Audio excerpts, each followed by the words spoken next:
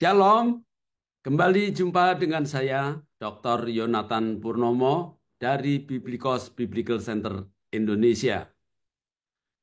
Bapak Ibu sekalian, saya akan melanjutkan serial kajian Biblika BBC episode yang ke-15 dengan judul Kontroversi tentang Saudara-saudara Yesus dan Maria Tidak Perawan. Seperti biasa, saya akan memperkenalkan terlebih dahulu Lembaga Biblikos Indonesia.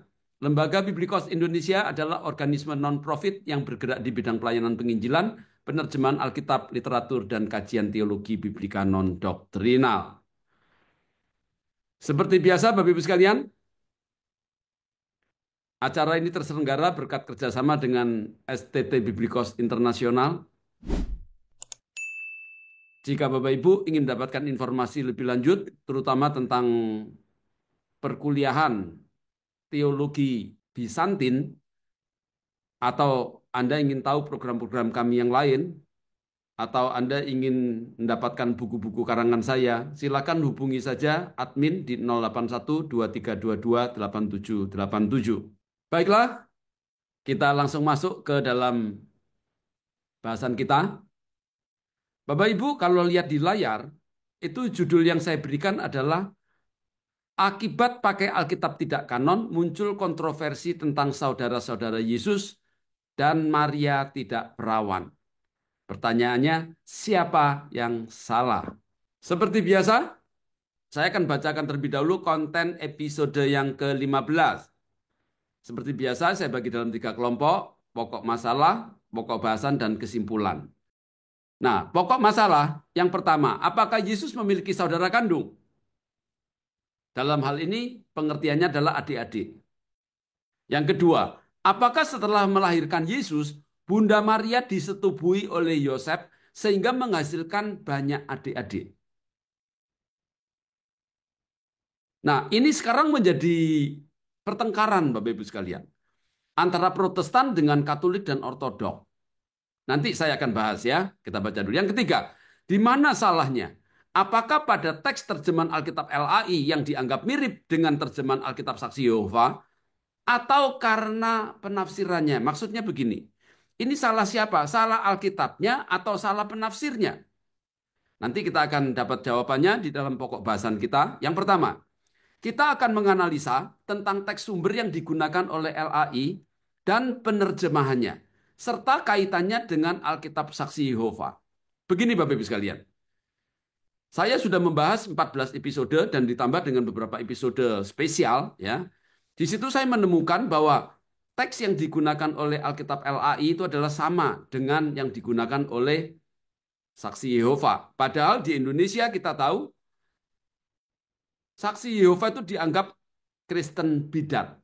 Tapi kenapa Alkitabnya sama? Dan di dalam penelitian saya yang sudah saya publish, itu tampak jelas bahwa banyak hal itu sama persis dengan terjemahan Saksi Yehova. Bahkan ketika Saksi Yehova mengubah, itu LAI ikut mengubahnya menjadi sama, Bapak Ibu sekalian. Dan ini akan terus saya berikan kepada Anda sebagai bukti. Anda tinggal mengeceknya saja. Yang kedua, kita juga akan mencari tahu mengapa gereja Ortodok dan Katolik memiliki doktrin tentang Maria perawan selamanya. Nah, hal ini kan mengindikasikan bahwa Yesus itu tidak memiliki saudara kandung. Kenapa? Karena kalau Bunda Maria itu adalah perawan selamanya, berarti dia tidak pernah disetubui oleh Yosef dan dia tidak pernah melahirkan anak-anak yang lain. Nah, nanti yang ketiga kita akan bahas kesimpulannya apa. Oke, saya ingin berikan pendahuluan dulu satu persatu kepada Bapak Ibu. Tolong ya, kalau Anda memang mau belajar, Anda harus sabar. Jangan di-skip, ikuti satu persatu. Kalau Anda tidak jelas, diulang. Kalau Anda tidak minat, tidak niat, mendingan tidak usah lihat sama sekali. Saya membuat ini untuk orang-orang yang haus akan kebenaran. Kalau nanti ada sesuatu yang kurang betul, dan Anda bisa mengkoreksi, silakan berikan kajian koreksi untuk saya. Pasti dengan senang hati saya akan terima. Nah, Bapak Ibu sekalian, di dalam pokok bahasan kita kali ini, saya jadi teringat dengan satu peribahasa, banyak peribahasa justru ya. Kalau di Indonesia itu kan ada satu peribahasa yang mengatakan kali panah dapat dua burung, gitu ya. Atau sekali tepuk dapat dua lalat. Tapi dalam bahasa Mandarin itu ada beberapa kata, misalkan ya, 一石二鸟, satu batu dapat dua burung. Nah, di dalam bahasa Inggris kan ada kan kata-kata apa namanya? Kill two birds with one stone. Nah, jadi membunuh dua burung dengan satu batu. Nah, di dalam bahasa Mandarin juga ada kata Ichen Shuang Tiao. Satu panah itu mendapatkan dua burung, ya. Atau yang lain, Icui Liang Te, mengerjakan satu hal hasilnya dapat dua. Jadi banyak kata-kata yang bisa kita gunakan. Nah, konten kali ini tuh cocok Bapak Ibu sekalian dengan istilah-istilah yang tadi saya berikan kepada Anda. Kenapa? Biasanya saya kan membahas itu satu tema, itu satu kasus. Kali ini saya itu membahas satu tema dengan dua kasus yang digabung menjadi satu. Yaitu, apakah Yesus mempunyai saudara kandung yang ada hubungannya dengan apakah Bunda Maria masih tetap perawan setelah dia itu melahirkan Yesus. Nah, ini menjadi pertanyaan besar dan itu menjadi problem keributan ya perdebatan antara Protestan yang sekarang ini Bapak Ibu sekalian dengan Katolik dan Ortodok. Kenapa kok begitu? Ya karena Katolik dan Ortodok itu percaya bahwa Bunda Maria itu adalah perawan selamanya. Nah, karena dia perawan selamanya, maka dia tidak memiliki anak-anak lagi. Intinya itu yang akan kita bahas. Nah, tapi untuk mendapatkan jawabannya, itu tidak mudah Bapak Ibu sekalian.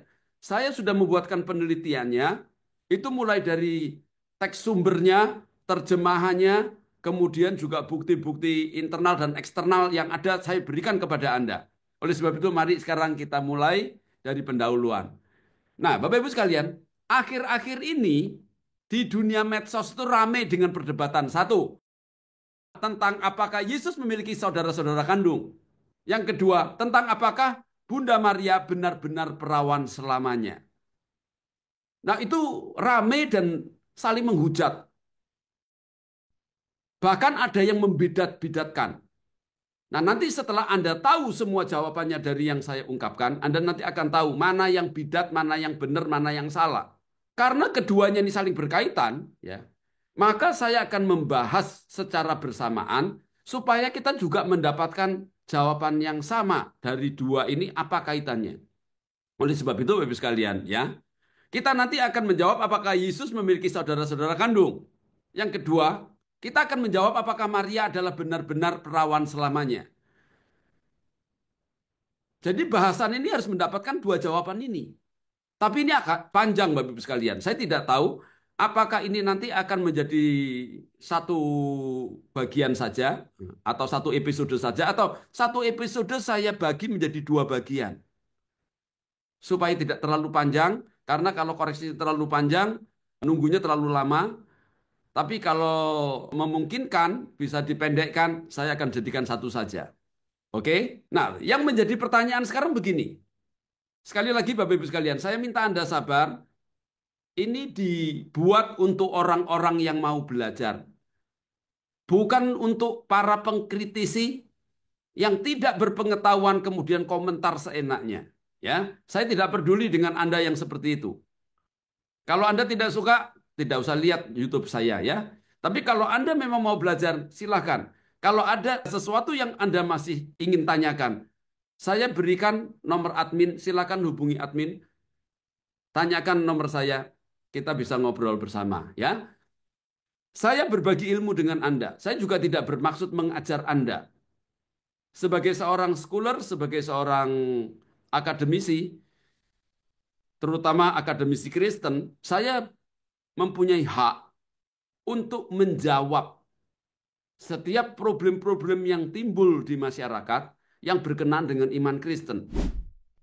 Oleh sebab itu, kita akan mempertanyakan mengapa orang Kristen zaman sekarang berpikir bahwa Yesus memiliki saudara kandung. Mengapa orang Kristen zaman sekarang berpikir bahwa Bunda Maria itu bersetubuh dengan Yosef dan akhirnya menghasilkan anak-anak yang lain? Tidak akan ada asap kalau tidak ada api. Betul nggak? Sekali lagi, tidak akan ada asap jika tidak ada api. Nah, seseorang bisa berpikir bahwa Yesus itu memiliki saudara-saudara kandung. Tentunya ada hubungannya dengan Maria yang melahirkan anak-anak lagi setelah Yesus. Dan ini ternyata secara teologis, Bapak Ibu sekalian, itu berdampak besar karena ini menabrak doktrin daripada gereja Ortodok dan gereja Katolik. Nah, tapi sebelum saya melanjutkan hal ini, saya perlu berikan satu disclaimer khusus untuk Anda ya. Saya bukan Ortodok, saya bukan Katolik. Saya dibaptiskan di gereja Protestan. Jadi sampai hari ini Bapak Ibu sekalian, saya adalah Protestan. Tapi nanti ketika saya menghasilkan satu kajian-kajian dengan kesimpulan-kesimpulan apapun, itu saya lakukan sebagai seorang yang jujur di hadapan Tuhan, berdasarkan hasil penelitian yang ketat, berdasarkan bukti-bukti yang ada. Dengan pimpinan Tuhan, saya mendapatkan hasil seperti ini. Oke, mari kita lanjutkan. Saya mau berikan jawaban awal dulu, supaya Anda tidak menebak-nebak. Ini jawaban awal saya. Nah, nanti setelah itu saya berikan penjelasannya. Anda tentu tidak puas kan dapat jawaban begini? Anda mau tahu alasannya apa? Oleh sebab itu, saya berikan dulu jawaban awalnya. Setelah itu Anda tinggal lihat setiap saya bicara dan setiap saya ajukan bukti-bukti, Anda bisa mengkoreksi. Oke? Yang pertama, Yesus tidak memiliki saudara-saudara kandung. Artinya dia tidak punya adik-adik. Artinya apa? Bunda Maria setelah melahirkan Yesus, dia tidak melahirkan anak-anak yang lain. Oleh sebab itu, kesimpulan yang kedua, Maria adalah perawan selamanya. Sekali lagi Bapak Ibu sekalian, saya Protestan, saya bukan Ortodok, bukan Katolik. Tetapi pemahaman saya berdasarkan penelitian saya. Yesus tidak memiliki saudara-saudara kandung dan Bunda Maria adalah perawan selamanya. Nah, jawaban ini tentunya membuat Anda bertanya-tanya, bagaimana penjelasannya? Bukankah di dalam Alkitab Saksi Yehova dan LAI itu jelas tertulis bahwa Yosef tidak bersetubuh dengan Maria sampai Maria melahirkan anaknya laki-laki. Coba kalau Anda baca. Alkitab Saksi Yehova dan Alkitab LAI itu mengatakan bahwa Yosef itu tidak bersetubuh dengan Maria sampai Maria melahirkan Yesus. Nah, ini terjemahan yang salah Bapak Ibu sekalian. Ini terjemahan bidat. Karena saksi Yehova itu tidak percaya kepada doktrin bahwa Yesus itu adalah Allah yang menjadi manusia. Dan Alkitab yang digunakan oleh saksi Yehova dan LAI itu bersumber dari WHNU. Yang berulang-ulang saya katakan. Itu sumbernya adalah dari Sinaiticus dan Vatikanus. Dari teks Alexandria yang dibuat oleh bidat adopsionis. Nah, adopsionis itu sekarang namanya Unitarian. Dia tidak percaya bahwa Yesus itu adalah Tuhan yang menjadi manusia, melainkan manusia biasa. Oleh sebab itu, dua hal yang menjadi satu ini, itu penting kita bahas supaya kita tahu. Karena orang Kristen banyak yang tidak sadar bahwa mereka itu sebetulnya diam-diam sudah keracunan dengan paham-paham yang bukan dari gereja, tetapi dari para bidat, Bapak Ibu sekalian.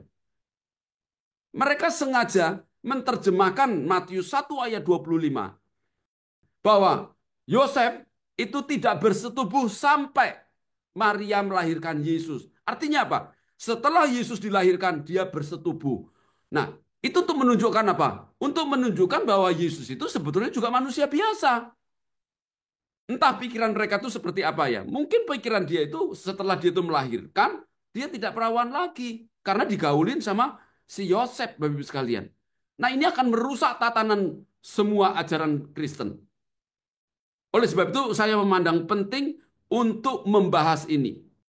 Saya tidak berpihak pada Ortodok, tidak berpihak pada Katolik, dan tidak berpihak pada Protestan. Banyak orang, Bapak Ibu sekalian, itu punya pikiran itu menurut saya salah. Ada orang-orang ortodok, karena dia merasa ortodok, apapun yang bukan ortodok itu salah. Nah, yang Katolik juga begitu.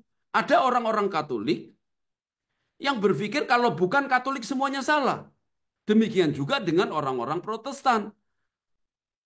Kalau bukan Protestan semuanya bidat. Nah, saya bukan orang seperti itu, Bapak Ibu sekalian ya. Saya tidak peduli dengan semua organisasi yang ada. Tapi dengan karunia yang Tuhan berikan kepada saya ingin mengungkap ini berdasarkan data. Nah, Anda nanti boleh lihat, boleh bandingkan. Yang kedua tadi, Bapak Ibu sekalian, itu di dalam Alkitab Saksi Yehova dan LAI, itu menegaskan bahwa Yosef itu akhirnya bersetubuh dengan Maria.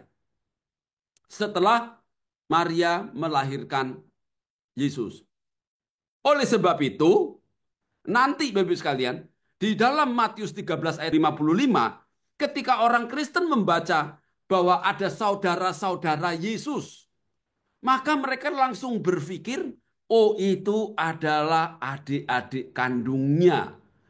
Nah, Bapak Ibu sekalian, kalau pada bagian yang kedua, di dalam kasus Matius 1 ayat 25 tentang Yosef bersetubuh dengan Bunda Maria, itu karena terjemahannya yang salah. Tetapi pada bagian yang ketiga, dalam layar saya ini, bahwa Yesus memiliki saudara-saudara yang dianggap oleh orang Protestan adalah itu saudara kandung, Bapak Ibu sekalian. Itu karena salah penafsiran, Bapak Ibu sekalian. Nanti saya akan berikan bukti, bahkan dari Bapak Reformasi, dari John Calvin. Oke? Untuk itu, Bapak Ibu sekalian, kita akan menjawab berdasarkan keilmuan. Yang pertama, saya akan membahas tentang adik-adik Yesus atau saudara-saudara Yesus. Benarkah Yesus itu punya saudara kandung? Benarkah Yesus itu punya adik kandung? Seperti yang dikira oleh banyak orang saat ini. Orang Kristen berpikir bahwa Yesus memiliki adik-adik kandung. Karena orang Kristen sudah terpengaruh bunyi teks Alkitab terjemahan dari Saksi Yehova. Ini serius Bapak Ibu sekalian ya. Kalau Anda tanya orang Kristen di seluruh Indonesia, mungkin menurut saya mayoritas percaya bahwa Yesus itu punya saudara, punya adik kandung. Kalau toh nanti ada yang tidak percaya, itu mungkin minoritas. Nah, saya ini salah satunya. Saya adalah Protestan yang tidak percaya bahwa Yesus punya adik kandung. Saya akan buktikan sekarang.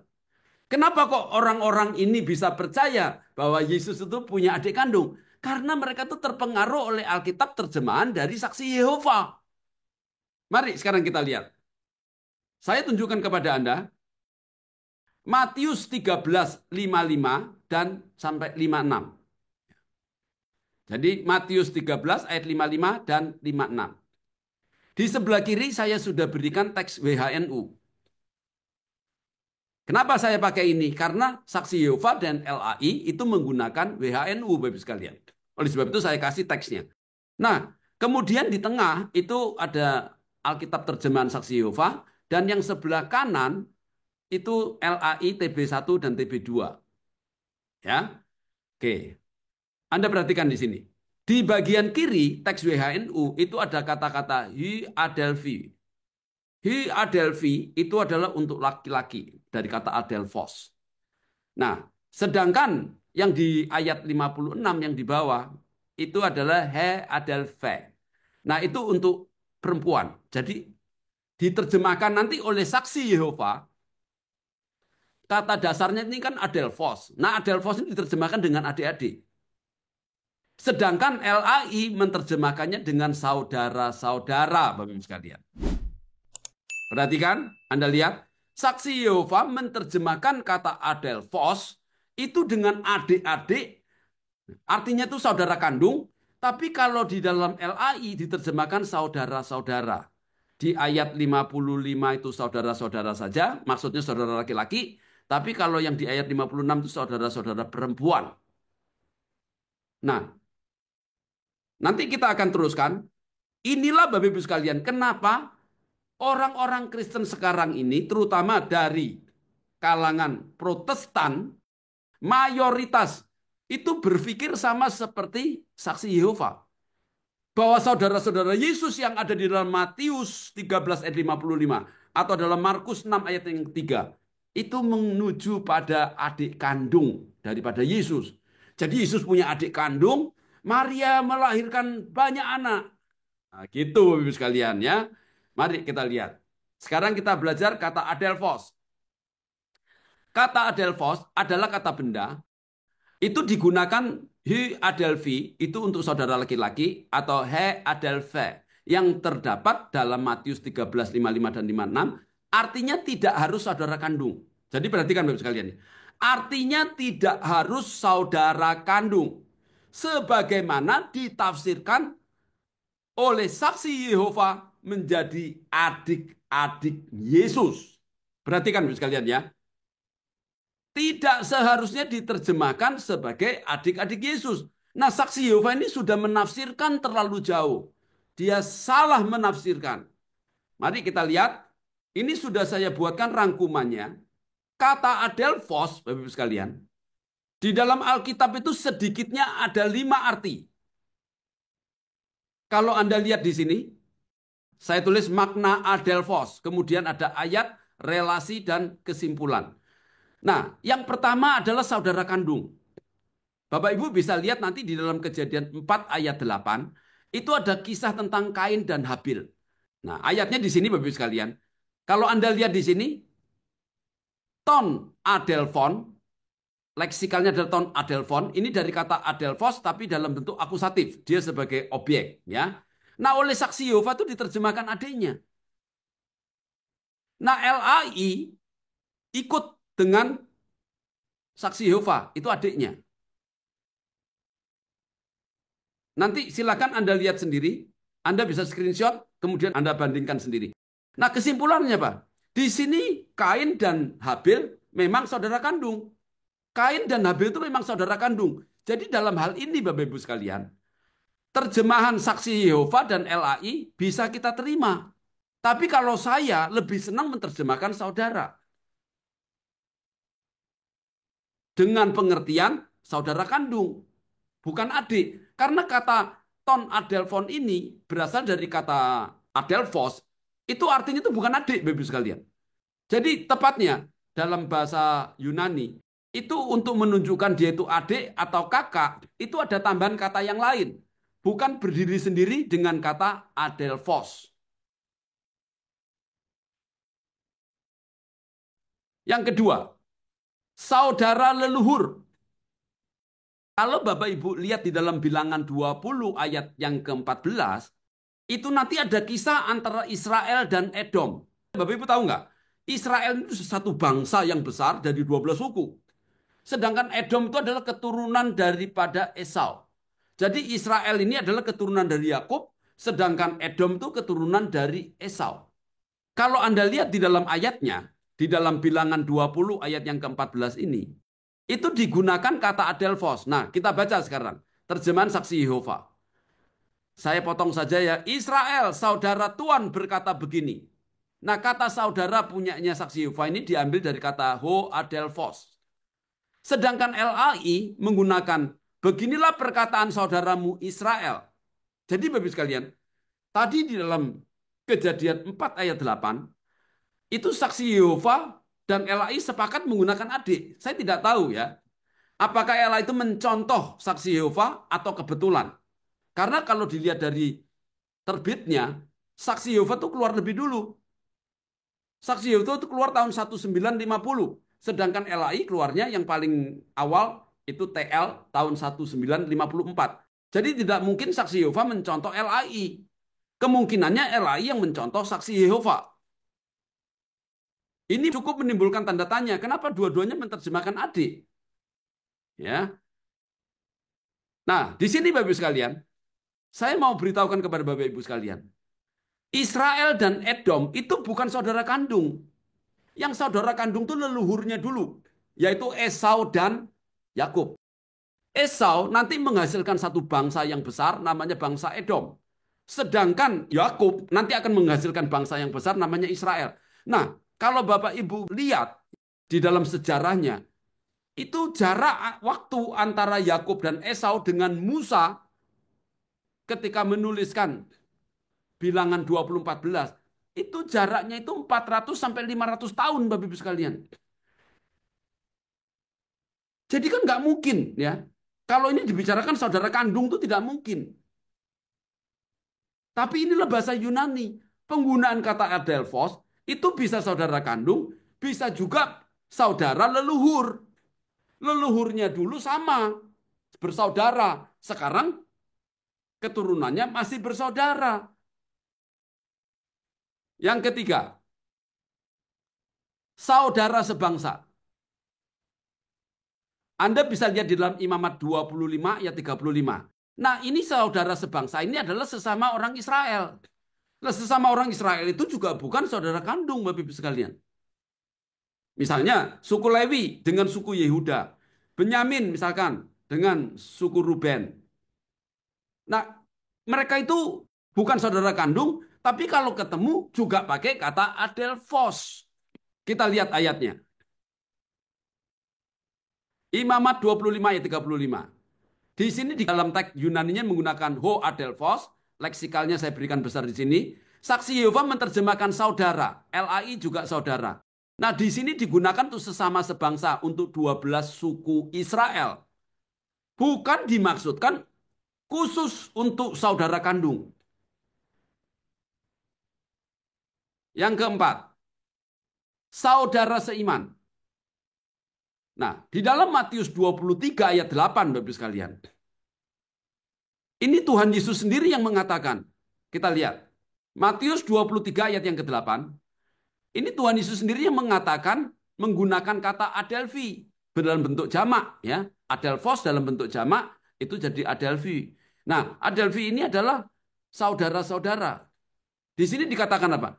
Tapi kalian janganlah kalian dipanggil rabi karena guru kalian satu dan kalian semua bersaudara. Nah, saksi Yehova menerjemahkan kata adelphos dalam bentuk jamak saudara. LAI juga begitu, tetapi janganlah kamu disebut rabi, karena hanya satu rabimu dan kamu semua adalah saudara.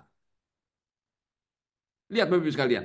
Kalau Anda lihat bandingkan antara saksi Yehova dengan LAI, itu terjemahannya tuh saya tidak tahu ya, kenapa kok selalu sama. Di sini pakai adik, di sini pakai adik. Kalau sini saudara-saudara gitu loh. Bahkan salah pun juga sama.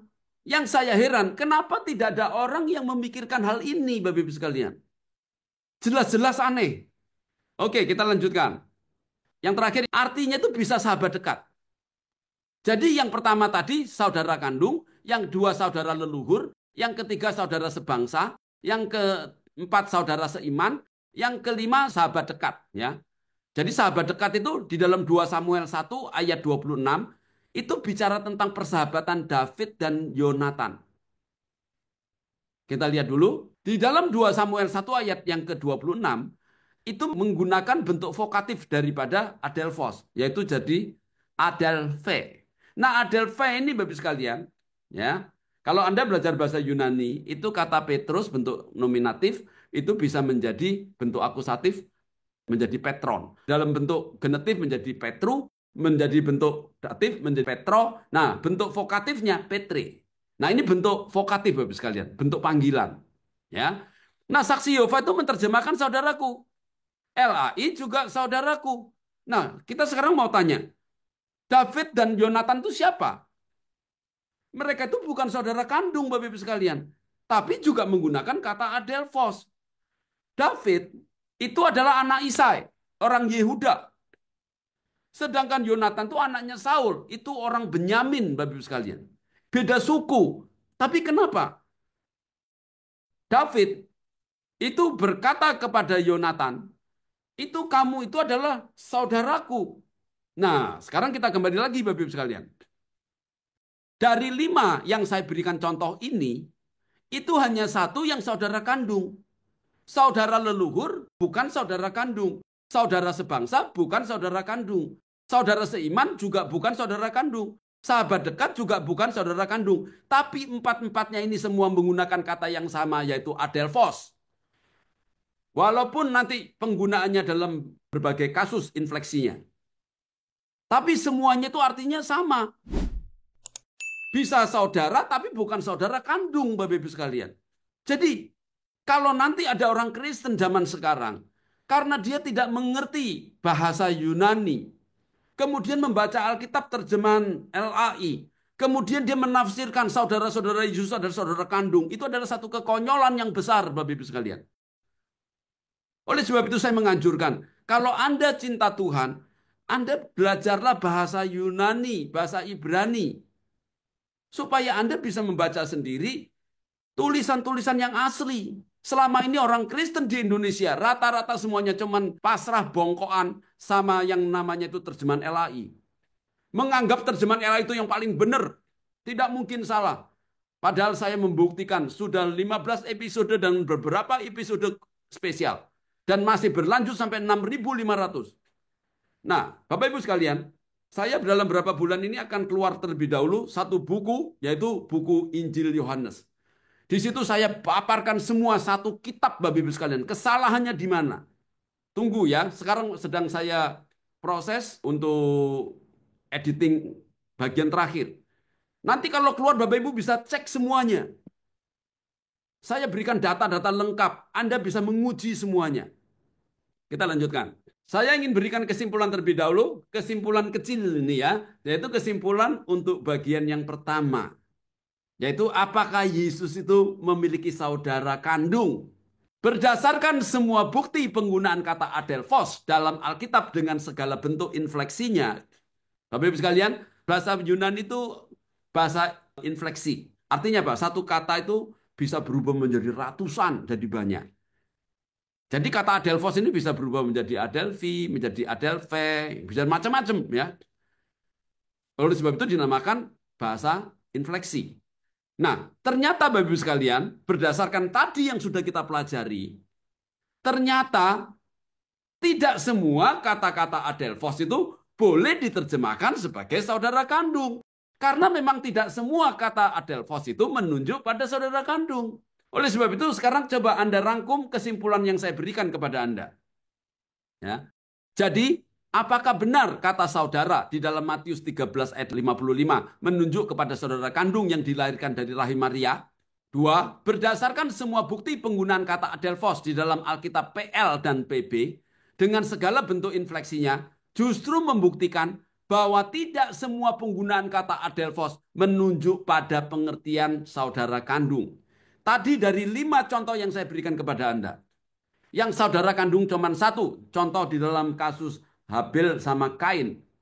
Sedangkan yang lain, saudara leluhur, saudara sebangsa, saudara seiman, dan sahabat dekat. Semuanya juga menggunakan kata yang sama, adelphos. Tapi pengertiannya bukan saudara kandung. Yang ketiga, dalam bahasa Yunani ada beberapa penggunaan kata yang menunjuk pada pengertian saudara kandung. Tetapi ini tidak digunakan dalam Alkitab, Bapak Ibu sekalian. Kebetulan saya ini kan belajar bahasa Yunani, Homer, kemudian Atik, Ionik, ya, kemudian Dorik. Jadi saya tuh punya banyak referensi, Bapak Ibu sekalian. Nah, di buku-buku yang di luar Alkitab itu ada penggunaan ini ya. Misalkan ini, Homo splangnos. Itu yang berasal dari rahim yang sama. Atau homometrios, yang lahir dari ibu yang sama. Atau homopator, yang lahir dari ayah yang sama. Nah, ini tidak ditemukan, Bapak Ibu sekalian. Di Alkitab kita itu tidak dipakai kata-kata ini. Kebetulan saya belum menerjemahkan Perjanjian Lama, ya. Saya baru menerjemahkan Perjanjian Baru. Nah, di Perjanjian Baru saya tidak menemukan kata-kata ini. Entah nanti kalau saya menerjemahkan Perjanjian Lama saya menemukan kata-kata ini. Nah, kata-kata ini saya dapatkan itu dari buku-buku di luar Alkitab, ya. Di dalam banyak buku literatur Yunani kuno itu ada penggunaan kata-kata ini, tapi tidak dalam Alkitab. Yang kedua, Penggunaan kata Yunani adelphos yang artinya saudara tidak selalu menunjuk pada saudara kandung, tetapi bisa menunjuk kepada saudara satu leluhur, saudara satu bangsa atau sebangsa, saudara seiman, atau sahabat dekat. Nah, tadi sudah saya berikan ini, saya tidak ulangi lagi ya. Nah, yang menarik sekarang Bapak Ibu sekalian, saya ingin membawa Anda kepada pemahaman John Calvin. Nah, John Calvin ini lahir tahun 1509, kemudian matinya 1564 Bapak Ibu sekalian. Nah, dia di dalam bukunya Anda bisa baca di dalam Commentary on a Harmony of the Evangelist, Matthew, Mark, and Luke. Nah, Anda bisa lihat di sini Matius, Markus, dan Lukas. Nah, Anda bisa lihat nanti dalam bukunya dia, silakan ya. Dia itu pernah membahas tentang apakah Yesus memiliki saudara kandung. Nah, dia waktu itu mengkritisi seorang penulis kuno abad keempat yang namanya tuh Helvidius. Nah, ini rangkuman kira-kira Bapak sekalian ya. Ini saya buatkan rangkumannya. Helvidius menunjukkan ketidaktahuan yang berlebihan dengan menyebutkan bahwa Maria pasti memiliki banyak anak karena saudara-saudara Kristus kadang-kadang disebutkan. Jadi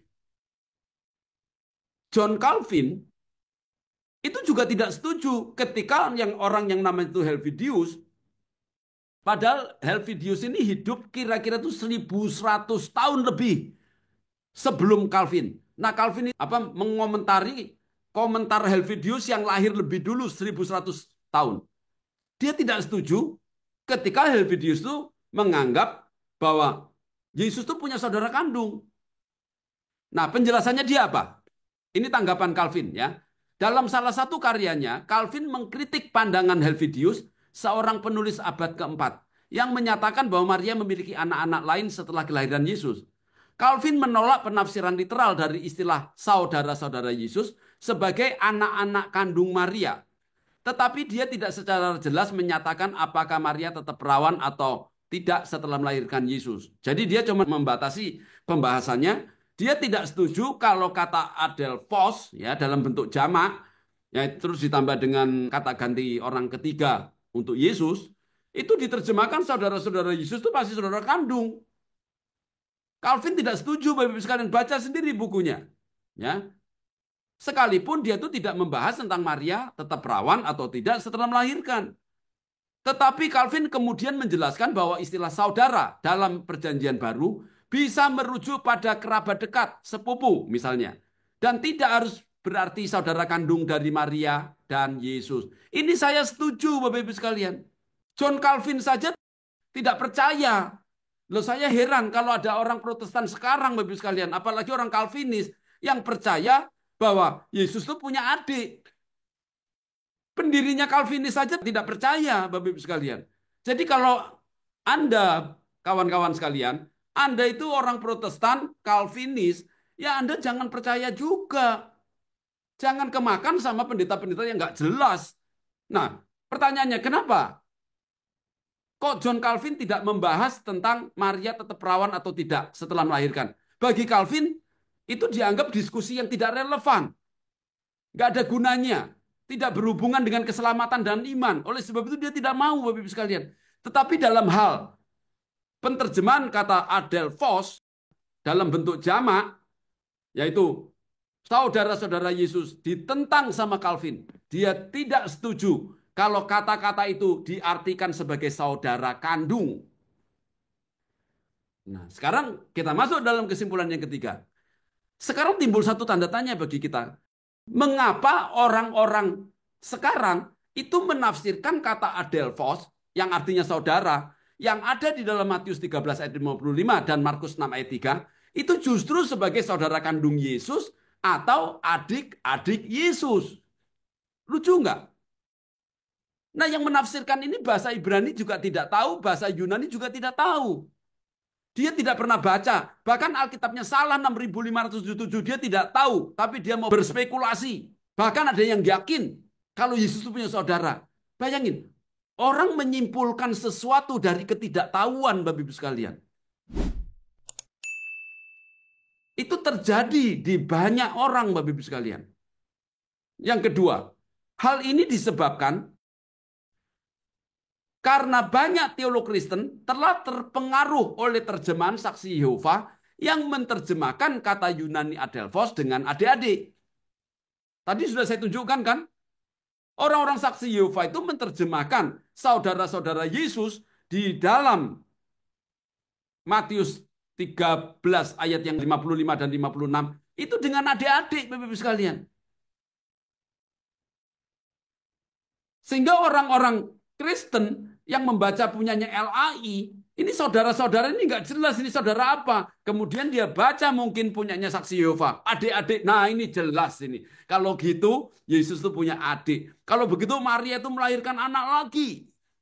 Lucu kan? Saya pernah ada yang tanya ini kepada saya. Terus saya bilang ya, itu salah. Itu penafsiran yang salah. Nah kebetulan di bagian ini saya tidak bicara tentang terlalu panjang karena ini sudah panjang Bapak Ibu sekalian. Tapi intinya kalau Bapak Ibu nanti mau belajar teologi dengan benar dan belajar sejarahnya, nanti ketika Tuhan di atas kayu salib dia berkata kepada ibunya, Ibu, itu Yohanes anakmu. Yohanes, itu ibumu. Bunda Maria nanti dititipkan kepada Yohanes. Dan sejak itu dia ikut sama Yohanes. Loh kalau Bunda Maria itu punya anak-anak banyak, nggak mungkin dititipkan sama Yohanes. Ini tidak saya masukkan ke sini Bapak Ibu sekalian karena terlalu panjang. Saya kasihkan sedikit saja di sini sebagai informasi. Nanti lain kali waktu saya membahas ayat itu saya akan jelaskan lebih jauh ya. Kita kembali ke sini. Oke? Nah, kemudian Bapak Ibu sekalian yang ketiga, selain itu kebanyakan orang Kristen berpikir bahwa Yesus itu memiliki banyak adik karena mereka membaca terjemahan yang salah dari LAI dalam Matius 1 ayat 25 yang digunakan sebagai dalil bahwa setelah melahirkan Yesus, Bunda Maria itu disetubui oleh Yosef. Jadi ada dua yang mempengaruhi. Kenapa orang Kristen zaman sekarang, terutama dari Protestan, itu berpikir bahwa Yesus punya adik-adik. Bahkan ada beberapa orang Katolik pun bisa berpikir begitu. Kenapa? Karena mereka itu kepengaruh dengan dua hal tadi. Yang satu, kepengaruh dengan terjemahan saksi Yehova bahwa Yesus punya adik-adik. Yang kedua, mereka itu membaca Matius 1 ayat 25 bahwa Yosef itu tidak bersetubuh hanya sampai melahirkan. Setelah Maria melahirkan, mereka bersetubuh. Itu tafsiran Bapak Ibu sekalian. Gara-gara terjemahan yang salah dari saksi Yehova dan LAI. Nah, nanti Anda bandingkan dengan terjemahan Biblikos. Oke, Bapak Ibu sekalian, ya. Untuk mengetahui penjelasan lengkap dari kasus ini, silakan ikuti episode 15 bagian yang kedua. Saya potong sampai di sini supaya tidak terlalu panjang. Nah, kita akan lanjutkan pada bagian yang kedua. Ini belum selesai Bapak Ibu sekalian, karena Anda masih mendapatkan sepotong. Belum tahu kaitannya dengan Matius 1 ayat 25. Apakah benar Maria itu bukan perawan selamanya? Apakah benar Katolik dan Ortodok itu salah di dalam doktrin perawan Maria selamanya? Oke, supaya tidak terlalu panjang, saya potong sampai di sini. Kita lanjutkan pada bagian yang kedua. Tuhan Yesus memberkati.